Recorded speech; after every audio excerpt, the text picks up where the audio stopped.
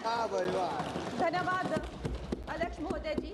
आज से 1 साल पहले हमारे माननीय गृह मंत्री श्री अमित शाह जी ने यशस्वी प्रधानमंत्री श्री नरेंद्र मोदी जी के नेतृत्व में पूरे देश के सामने संकल्प लिया था, घोषणा की थी कि मार्च 31, 2026 तक हम ये जो माओवाद है, ये जो लेफ्टिस्ट वामपंथी टेररिज्म है, इसकी जड़ें जो है देश से उखाड़ फेंकेंगे। और आज इस सभा के द्वारा, इसके माध्यम से मैं हमारे गृह मंत्री जी को, हमारी सरकार को बहुत बहुत शुभकामनाएं देती हूँ। ये संकल्प सिद्ध करने के लिए उनकी बहुत सराहना करती हूँ। अध्यक्ष महोदय, 1967 में ये छोटी सी चिंगारी माओवाद की उठी थी। उस वक्त अगर कांग्रेस सरकार चाहती तो इसको उसी वक्त दबा सकती थी, लेकिन उन्होंने क्या किया, उल्टा उन्होंने आदिवासी लोगों को जो है वो सौतेला ट्रीटमेंट दिया।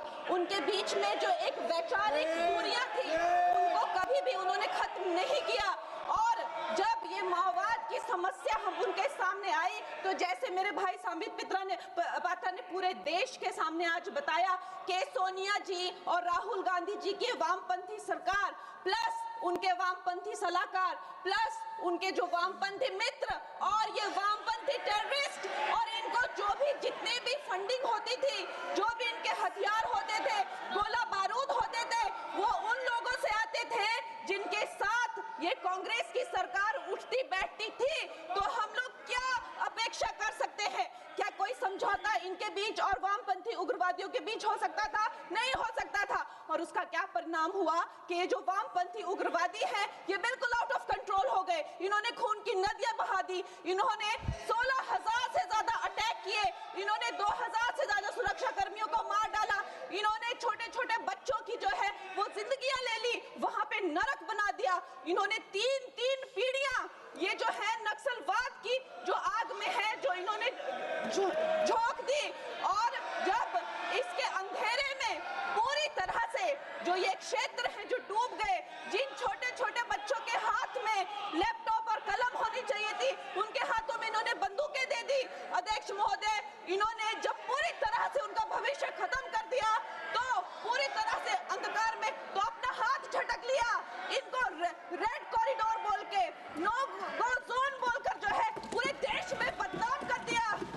हम भी फिल्म इंडस्ट्री में हम सोचते थे कि इतने अच्छे जंगल हैं, वहां जाके कोई गांव की शूटिंग करते हैं, अच्छा कोई गाना बनाते हैं, लेकिन उस टाइम की जो व्यवस्था है वो क्या कहती थी, अरे ये जो आदिवासी लोग हैं ये बड़े ही उग्र होते हैं, ये देश के साथ नहीं रहना चाहते, वहां शूटिंग मत करिए।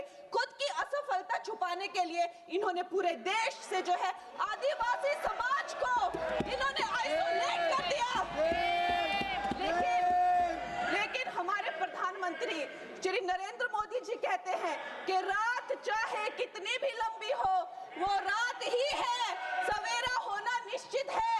और 2014 में जब प्रधानमंत्री जी की सरकार आई और आज हम देखते हैं कि उन्होंने एक आदिवासी महिला को जो है वो राष्ट्रपति बनाया, उन्होंने हमारे सुरक्षा बलों को जो है वो सशक्त किया और उनको सशक्त करने के बाद उन्होंने वो रेड कॉरिडोर, वो भयानक नो गो जोन को जो है वापस लिया, वहां पे संविधान स्थापित किया। अध्यक्ष महोदय, मैं एक नई सांसद हूँ, मुझे 2 मिनट दीजिए। और खैर प्रधानमंत्री जी ने क्या विकास किया वहां पर, चाहे वो घर बनवाए हो, चाहे वो नल लगवाए हो, चाहे वो 70 लाख महिलाओं को 1,000 की मदद की हो, 21 किस्तों में 13,000 करोड़ दिए हो, या वहां पर जो है जितने भी काम किए हो वो मैं अगर शुरू कर दूं तो आज दिन से रात और रात से फिर दिन हो जाए तो उसमें मैं नहीं जाऊंगी। लेकिन मैं ये जरूर कहूंगी कि जो वहां पे डिजिटल पेमेंट्स हुई हैं उनका मैं बहुत ही ज्यादा सराहना करती हूँ।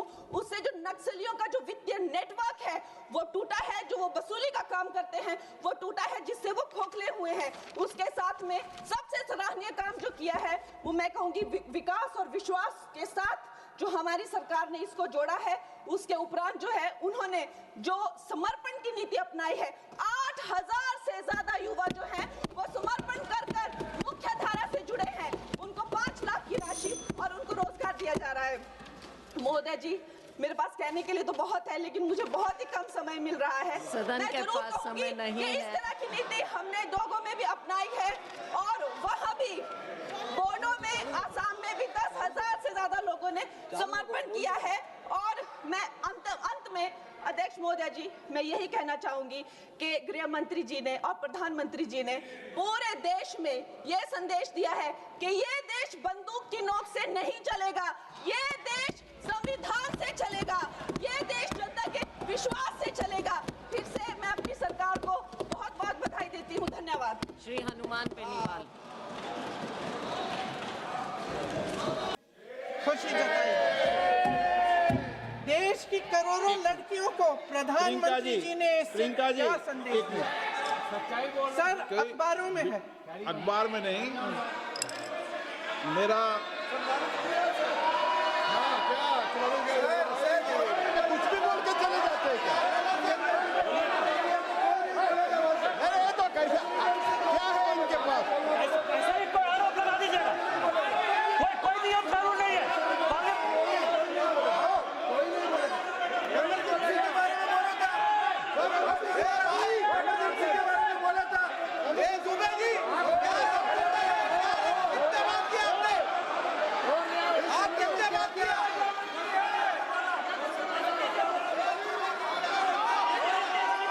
आज हम सदन पटल पर एक ऐसे विधेयक में संशोधन पर डिबेट कर रहे हैं जो 2024 में पारित हो चुका था, और इसमें मुख्य संशोधन यही है कि पेपर लीक के अन्य अपराधों के लिए सजा बढ़ाई जाएगी।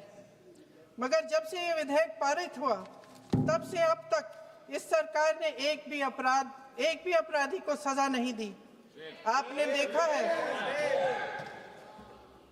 देखा है कि कल और परसों से फेस रिकॉग्निशन द्वारा प्रदर्शन करने वाले बच्चों के नाम और पते सार्वजनिक किए जा रहे हैं, मगर यही काम पेपर लीक करने वाले अपराधियों के लिए अभी तक नहीं किया गया।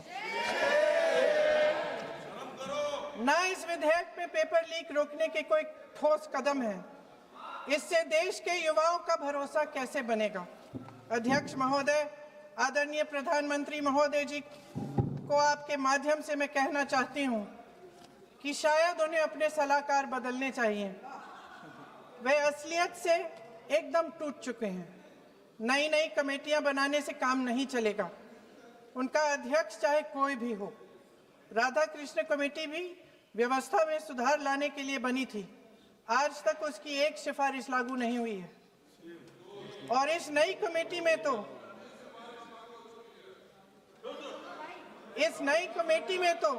एक एक्स-आईबी चीफ, फिर चिल्लाएंगे, एक एक्स-आईबी चीफ, एक आईटी कंपनी के मालिक और एक गौमूत्र के विशेषज्ञ भी हैं।